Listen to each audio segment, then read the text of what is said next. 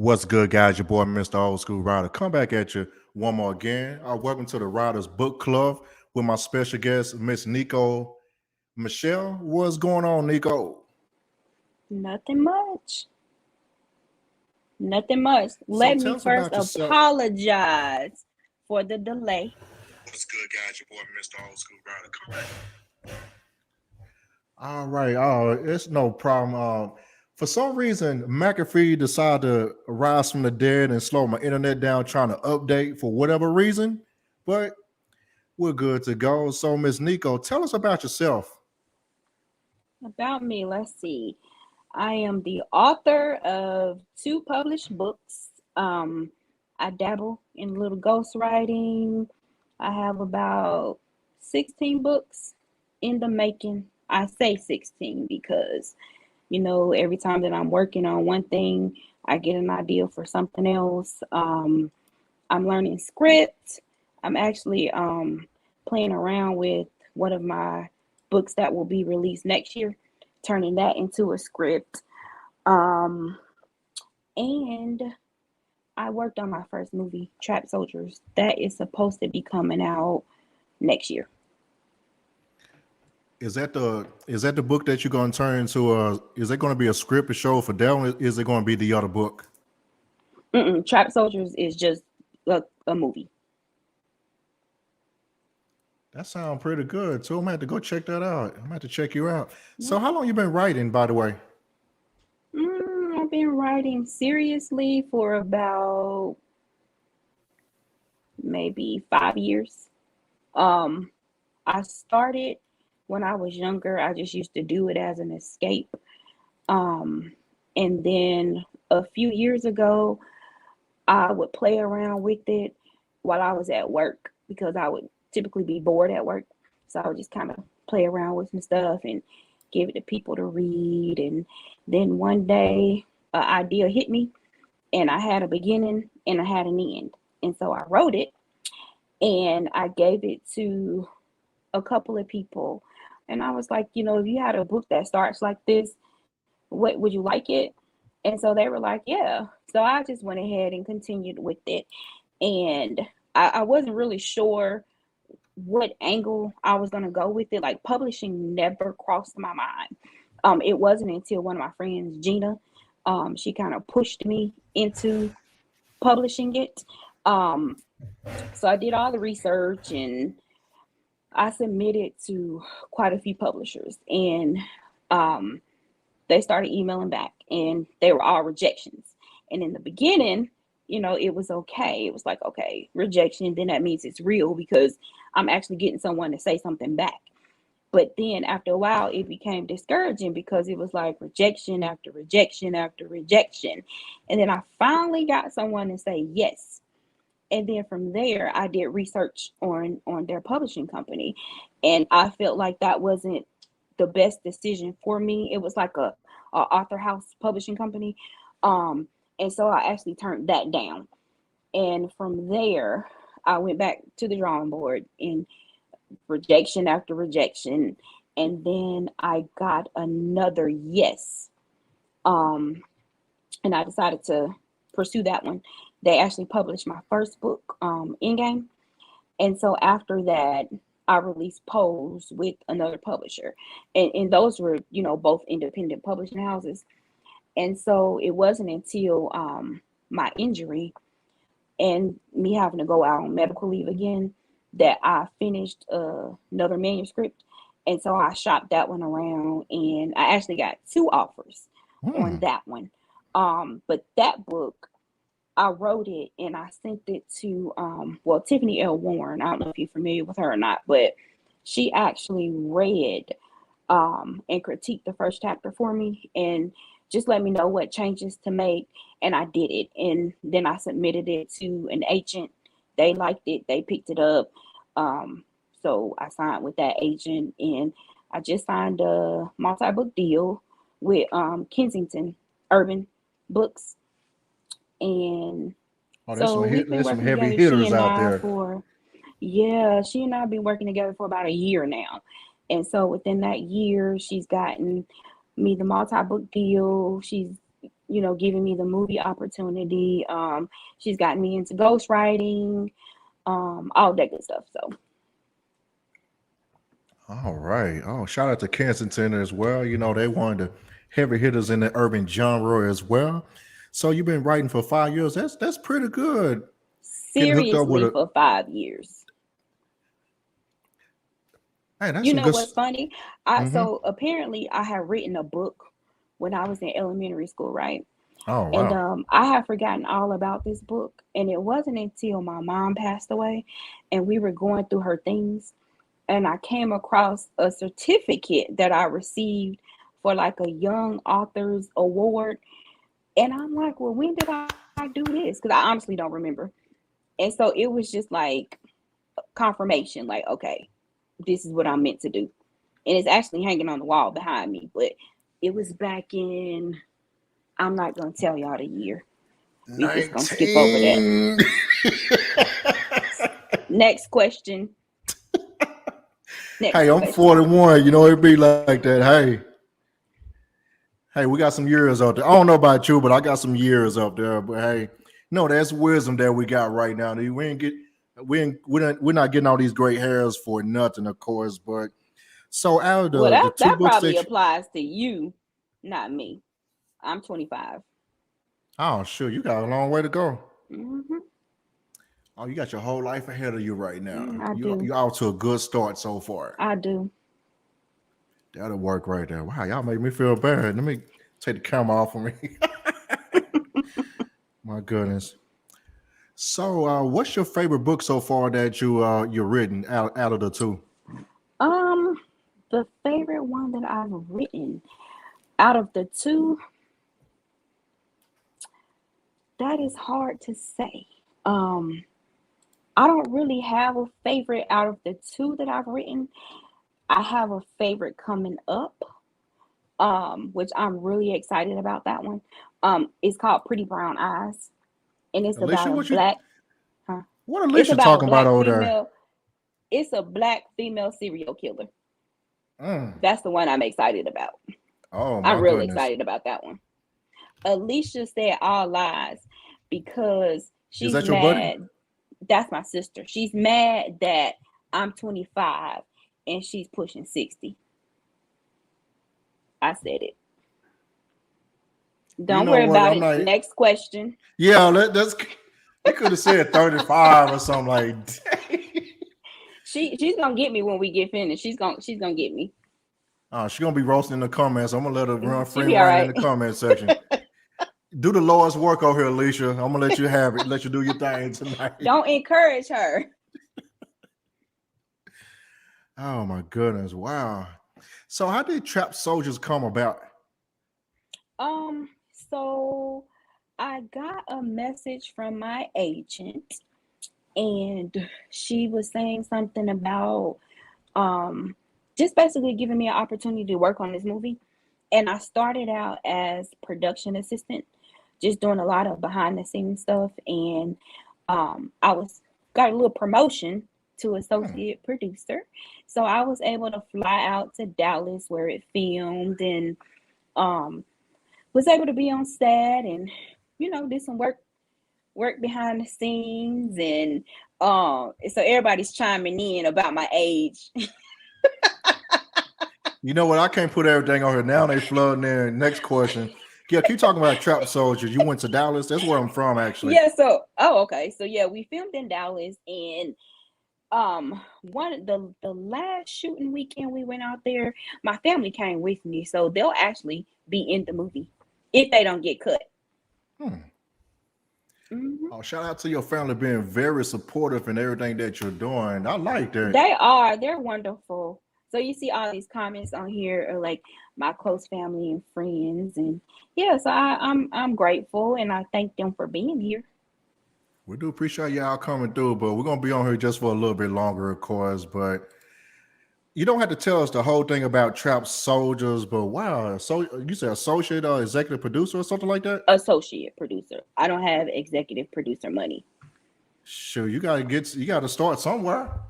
That's it. So when is this one gonna be coming out, Trap Soldiers? So the movie, we haven't gotten a release date, but I know they're pushing for 2022. Oh, that's gonna be around the corner. Hmm. Oh wow. Okay. So tell us about your books that you have out right now by Posh or Post.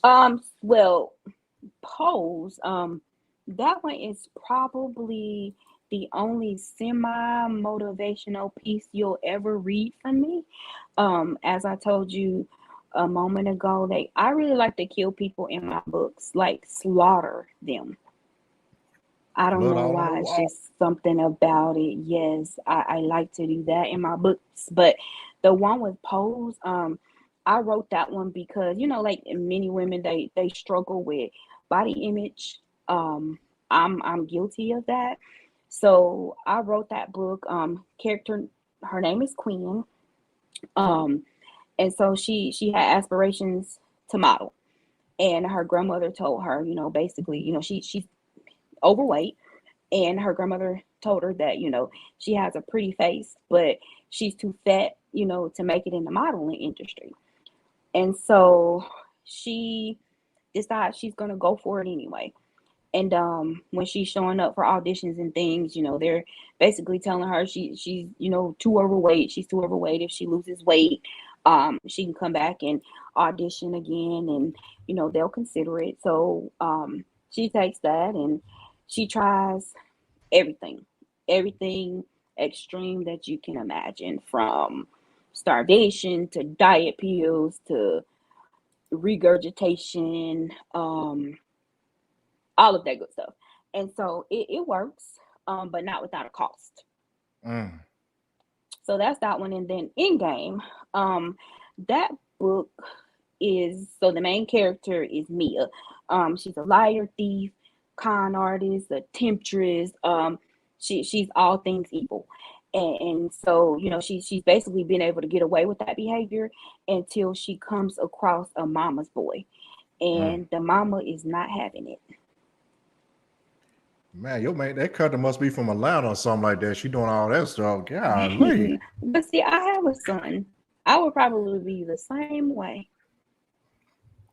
Oh yeah, you gotta make sure everything is up and up. If she ain't, with those mamas, with the mamas, boy. If it ain't right, she gonna be shutting that down like immediately. Mm-hmm.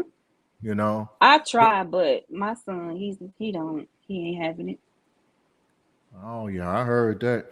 Yeah, you're absolutely right about that, Lauren. Grandmas are savage, especially those down south grandmas. They'll cut you deep. They'll tell you about yourself. Lauren grandma lived down south. You better not say that. Am I lying, Lauren? Mm-hmm. I met Lauren grandma. I'm from Texas, of course. I know how those grandmas be. They'll cut you deep. I'm like, dang, why you say that?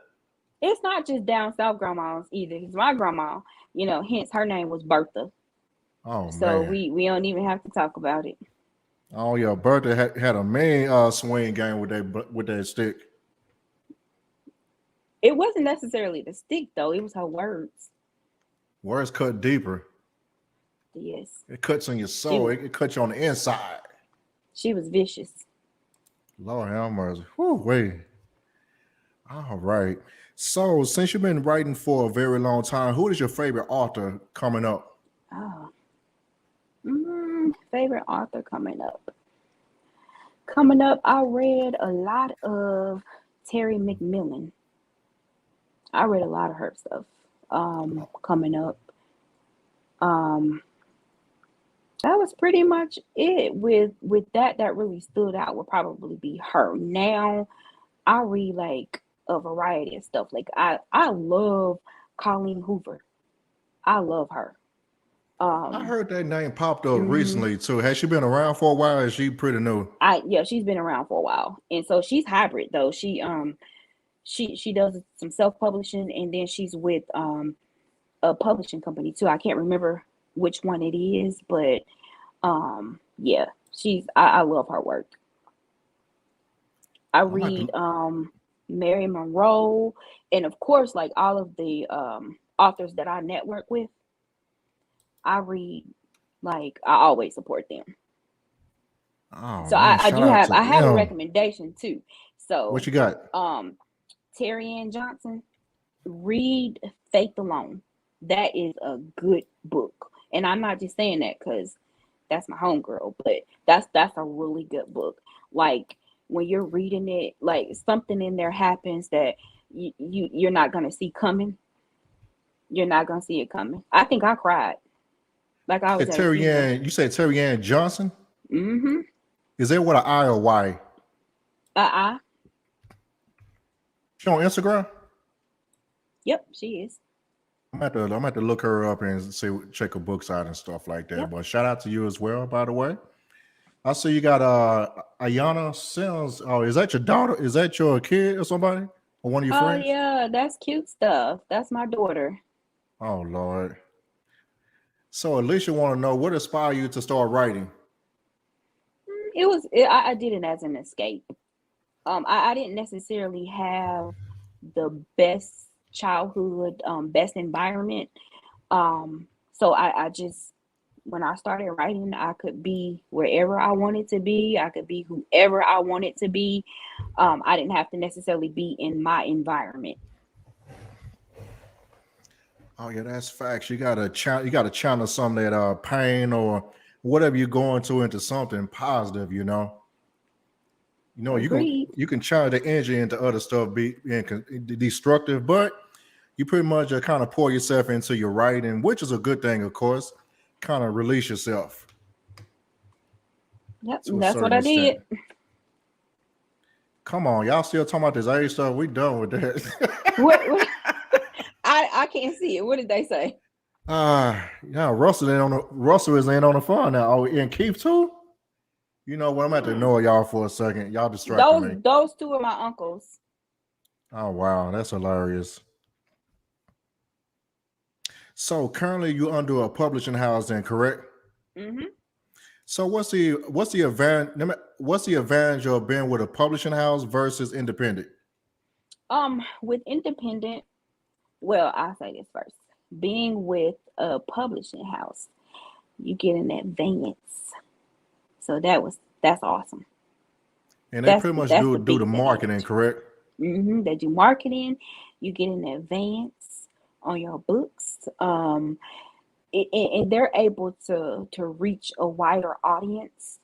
Of course, I'm still going to hustle and market myself as well. And then when it comes with independent publishing, while you have more creative control, like the marketing and things like that, it is totally coming out of your pocket.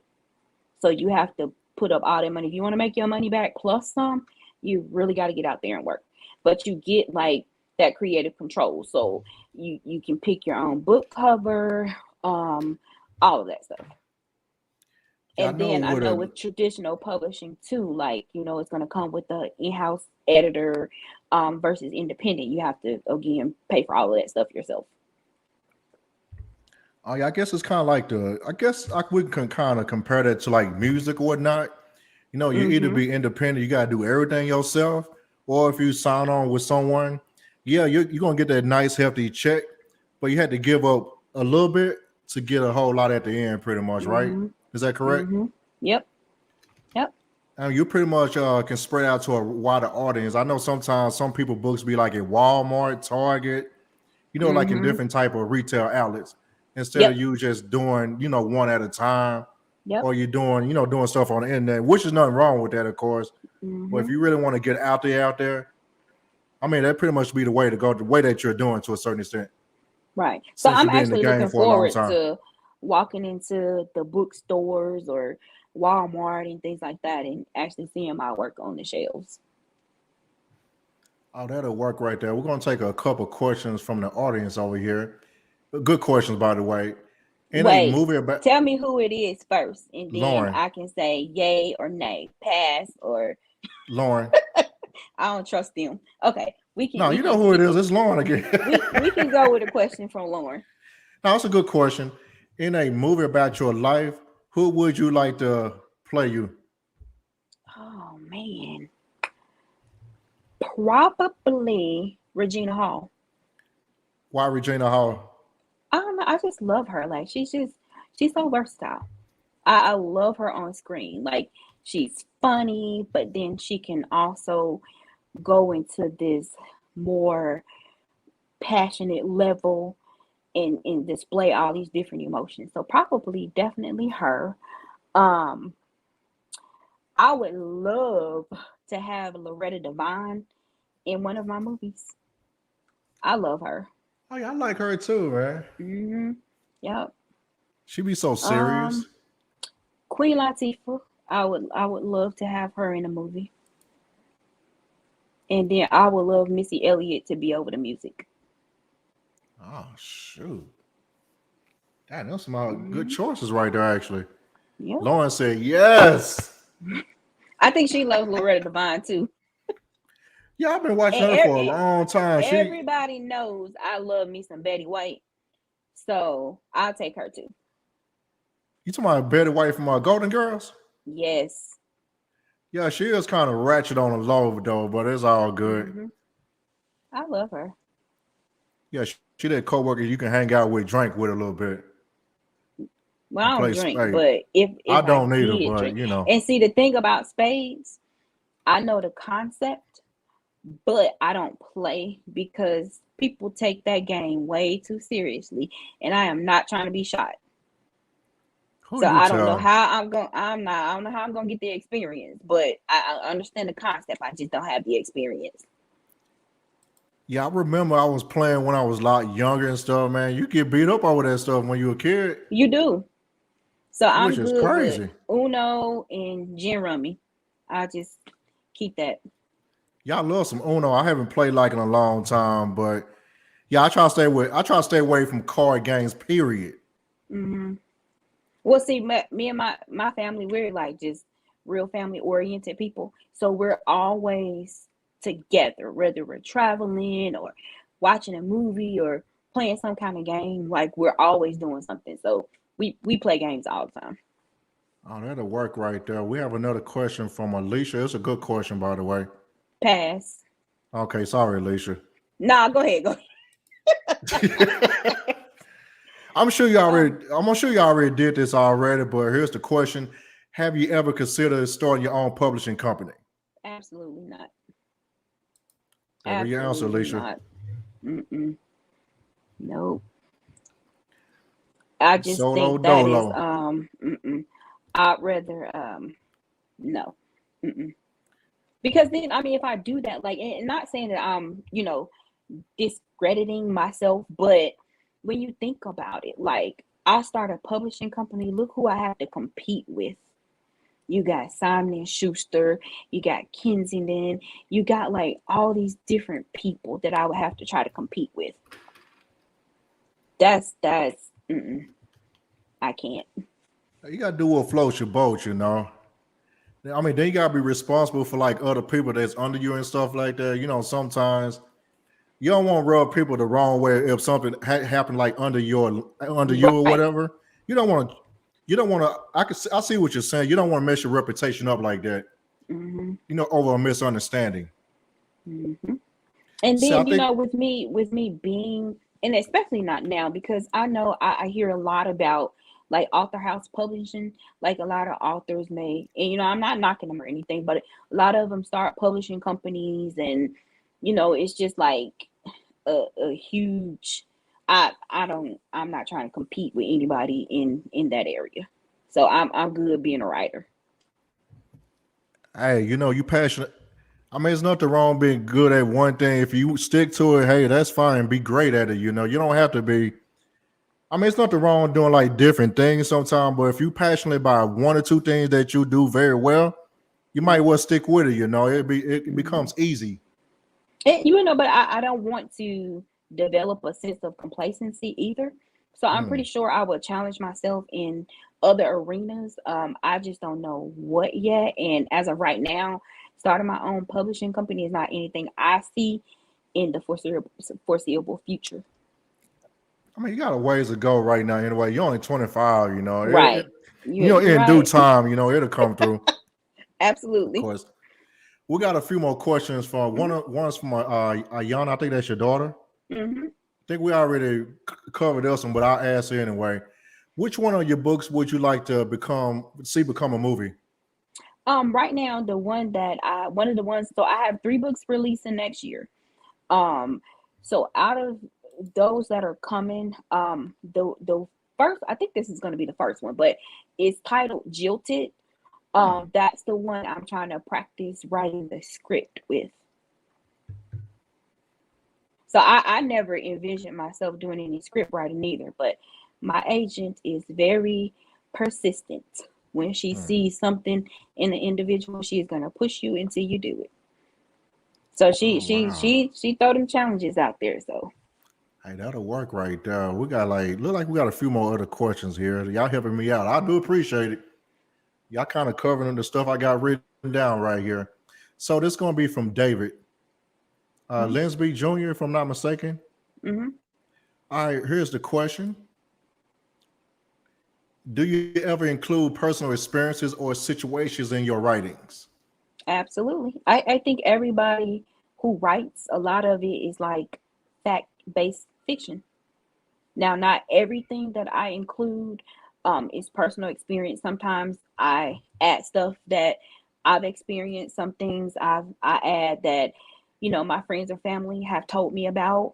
Some things might be current events that, I've seen on the news or what have you. And, some of it is just plain on research. All right. I like that. So how about this is from Russell Harris. Who do you look up to artistically? Hopefully I said that correctly. So I read a lot. And everything that I read, I always learn something. Whether it's, you can read a book and, it gives you motivation, or you might learn something from the book. Like, oh, well, I can try this in my next book, or, something like that. But then I read books and it's like some of them books are just garbage, and I learn what not to do from books like that. But I've taken classes. I've taken writing classes. I've learned from, I don't know if you're familiar with Brian W. Smith. Now I call him Mr. Clark from Lean On Me, because Brian is tough. He is tough. I heard about that guy too. But he knows his stuff. And so he'll throw classes out there, and I always try to jump on it. I know there was one class he taught, he's a professor. He teaches creative writing. And so it was one class he put out there, and I signed up for it, and I ended up being the only person that showed up. And so I have his number. So anytime, like one night I was working on a book and it was like 11 o'clock at night, and I was just stuck. And I was like, man, like, I hope it's not too late, to call him. And I called and he picked right up. And I was like, Mr. Clark, I'm stuck. Can you unstick me? And immediately, like, he's one of the ones, like, anytime I have a problem, I could go right to him and he'll help me.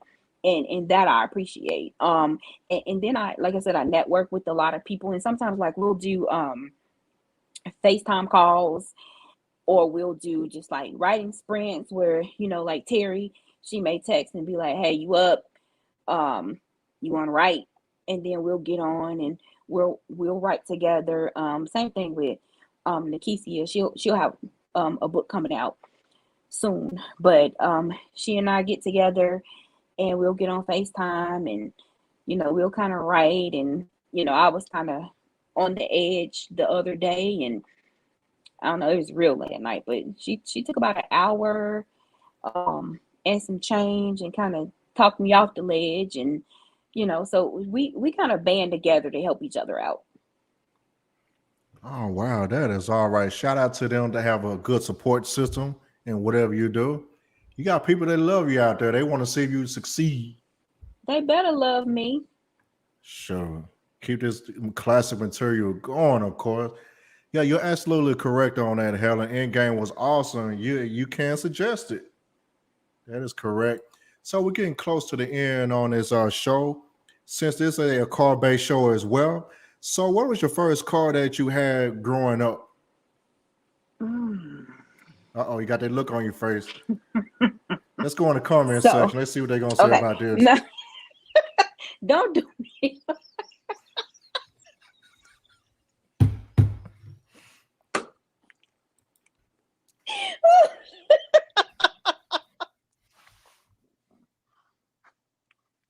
I'm ashamed.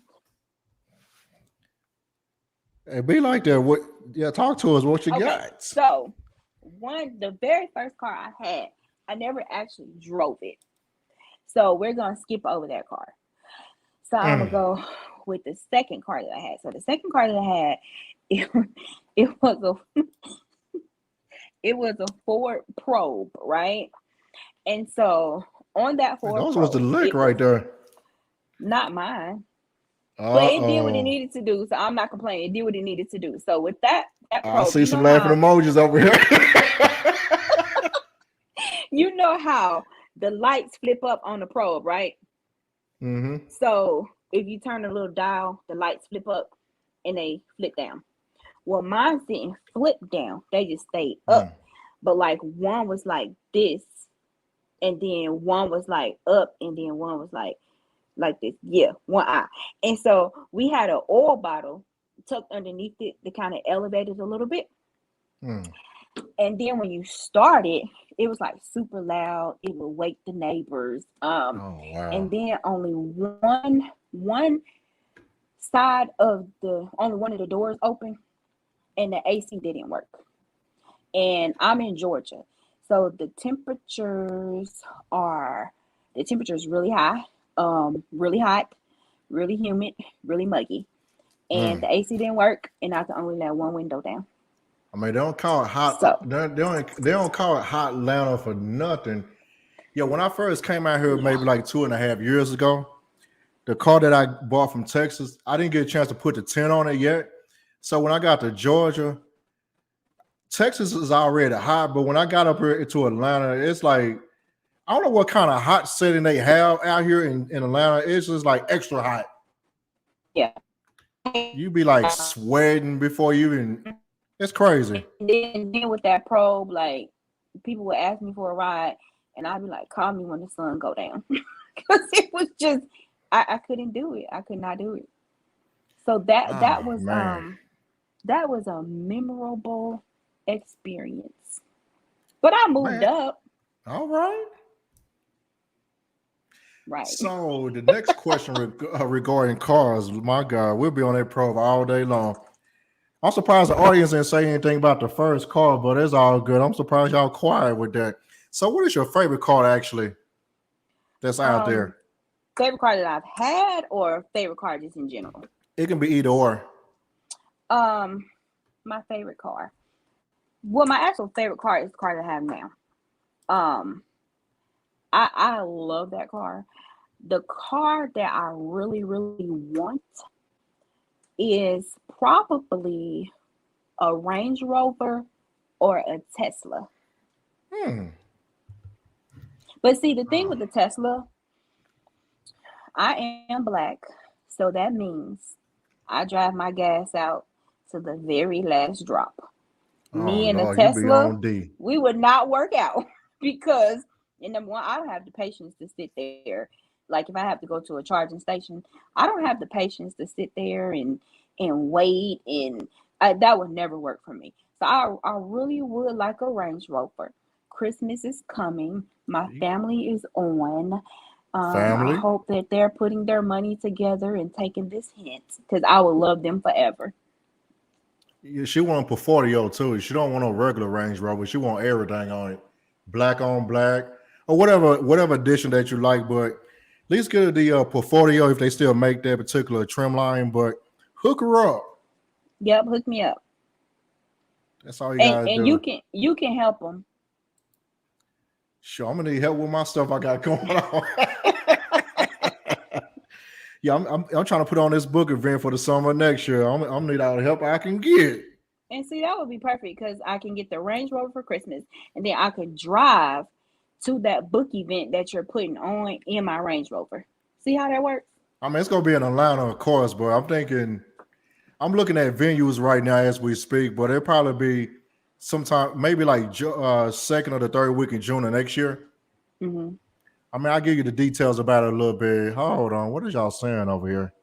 Are they talking bad about me? Because I can't see the comments. Hold on, let me pop it up real quick. Ask her about the trunk on the. I'm just gonna fade away for like 2 seconds. Okay, explain yourself. Okay, so the Lexus that I had prior to the Lexus that I have now, there was something with the trunk where you would open it and it wouldn't stay up. I don't know what was going on with it, but one day I opened the trunk to get something out and it slammed down on my head. On your head? Yes. So I started seeing stars, right? Oh Lord. I was delirious.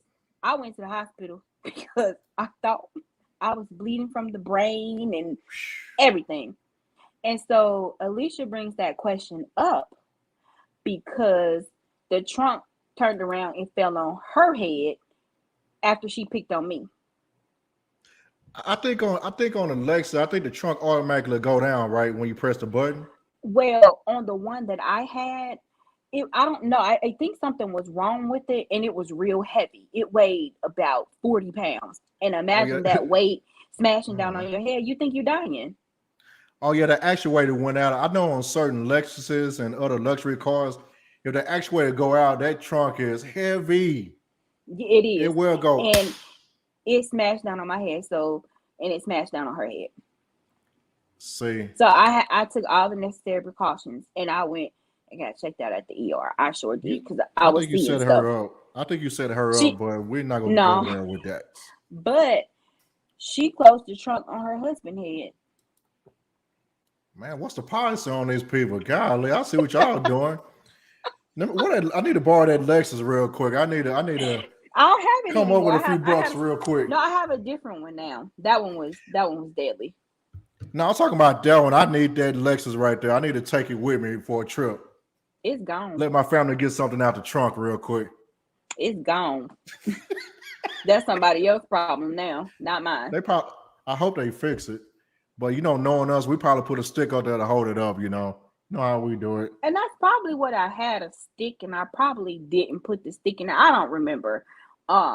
See what happened. I think I got memory loss from when I got hit in the head, but yeah, it was brutal. Wow, we're glad you're still here alive right now. So we got a couple more questions before we go. So what you would say for like upcoming authors, if they want to write their first book or, sign on with a publisher, what would you suggest for the first time author? I think they need to have the best polished version.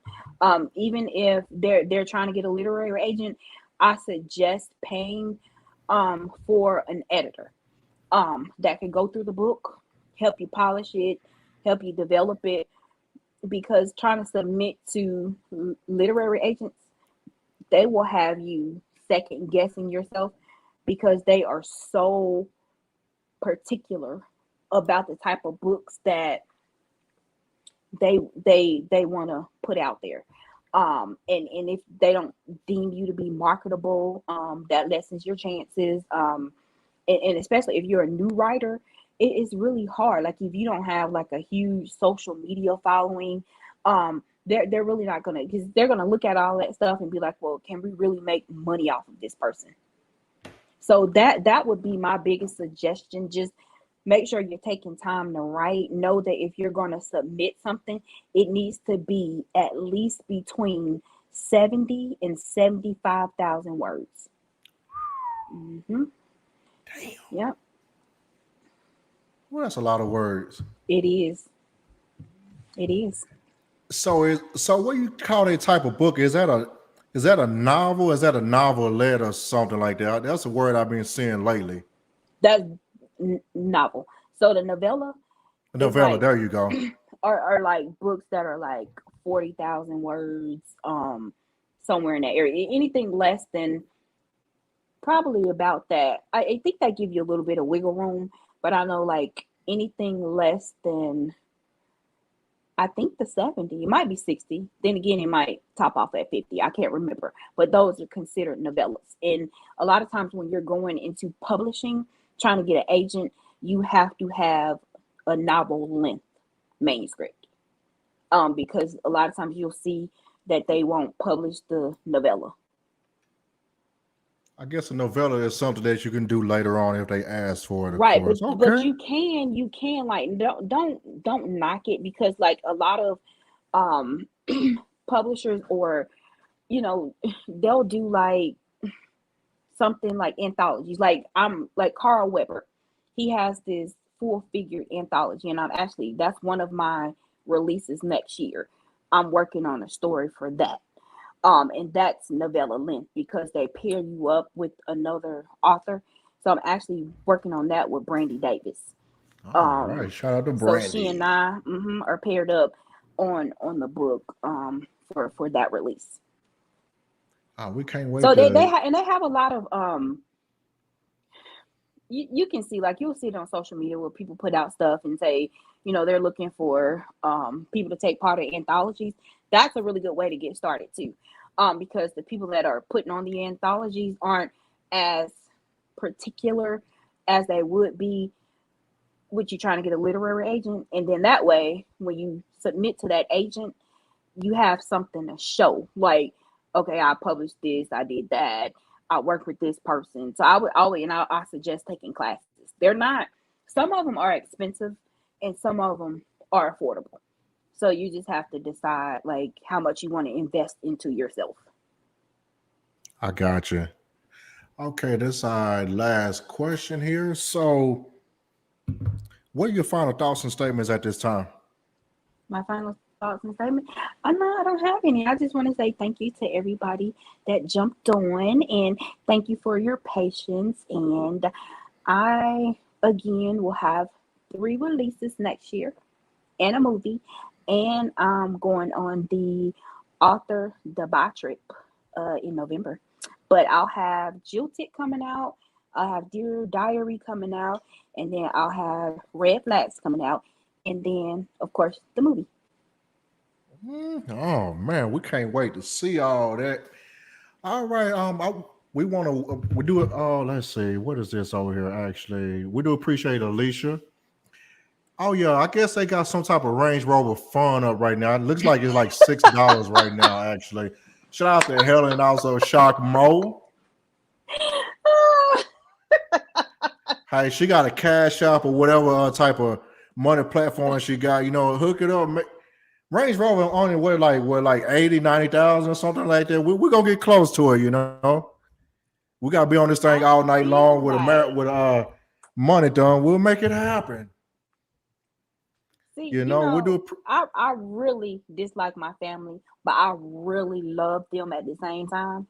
They some trolls too, I can tell. They are. And I'm just so innocent and just perfect, and they have a problem with that. They holding you back, you know what I'm saying? They are toxic over there. Facts. No, I'm just kidding. Oh yeah. Also, talk about your social medias. What can we find you at, and where can we find your material at before we go? So my website is nikomichelle.com. My Facebook is Niko Michelle. My Instagram is Storytelling Niko. Now, I don't really use it, but I be trying to. Oh yeah, you gotta. I'm not a big social media person like that myself. I'm not gonna lie, but I gotta kind of get used to it. Mm-hmm. Kind of make some of this stuff work itself for especially for promotion and things like that. But hang on the line for a few minutes after this. We're going to end the show, but we do appreciate everybody for coming on to the Writers Book Club with Mister Old Skool Ryder, which is me, of course, and also our special guest, author and ghostwriter Niko Michelle. And shout out to the family as well for coming through and support. Stay right there, Niko. One moment, All right. y'all. Thank you. Thank y'all for coming through. Stay right there.